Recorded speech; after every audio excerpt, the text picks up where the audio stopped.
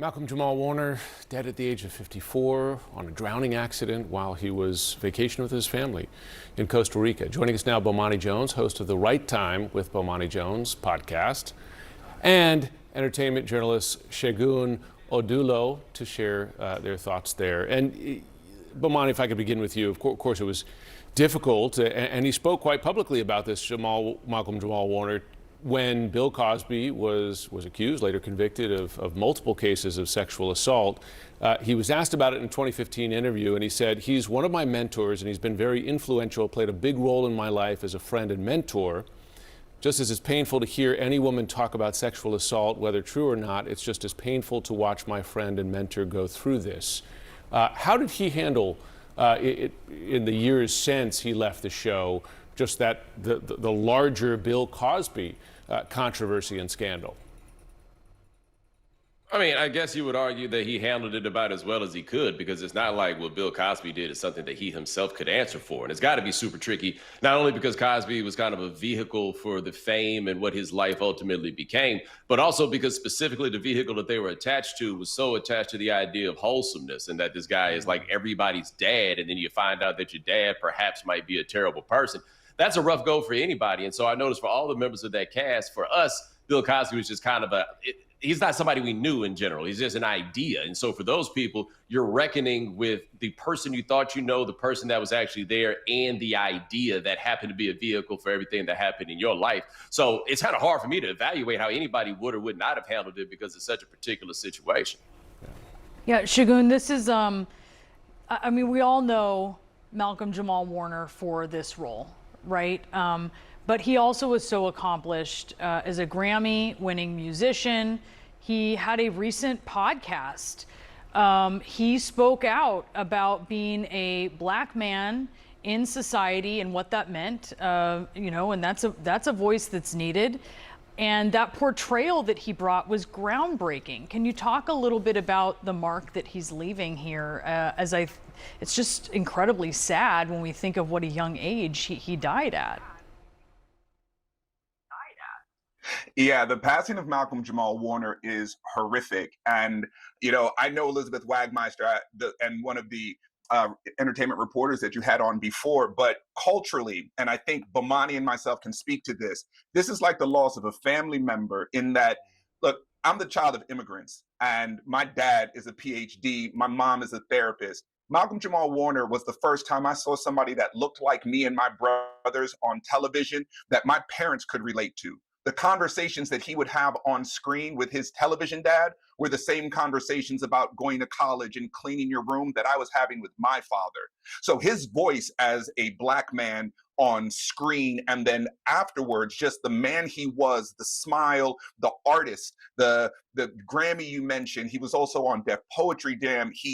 There was an aura about him of just class and grace. And for me at my age, it's like losing a family member, because we grew up with him. Like I grew up watching this kid go through the same things that I was going through while he's on camera. And so culturally, his passing is so tremendous to our community as black men, because he was a father himself. Like, he embodied the things that maybe Bill Cosby it turned out wasn't, but Malcolm-Jamal Warner was those things. He kept his life private.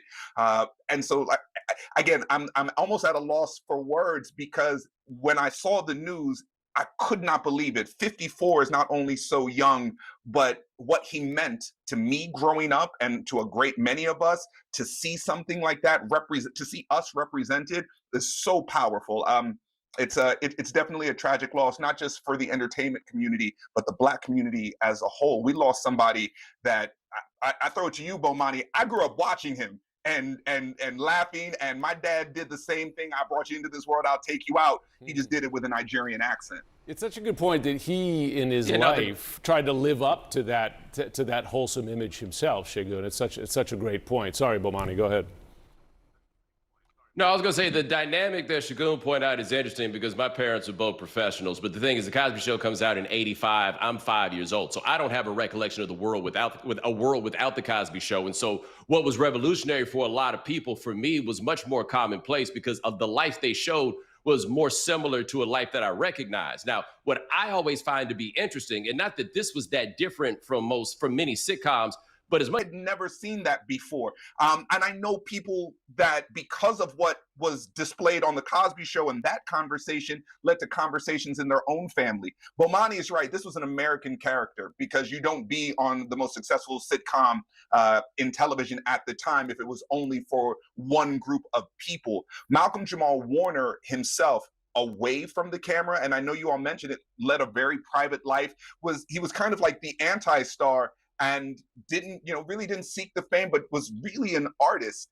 And the art form that he showed on television that we consumed, must-see TV Thursday night, you knew the time, like, you sat down there. We ate dinner watching the Cosby Show. It was one of the only shows that we could watch. And like I said, for me and for my brothers, I've been on the phone with them, and we're having conversations like, I can't believe he's gone. And we're reminiscing and being reminded about shows and episodes, and the Gordon Gartrell, when Denise made the shirt for him. There are episodes that his character went through that are so indelible and left memories for us that are never going to go away.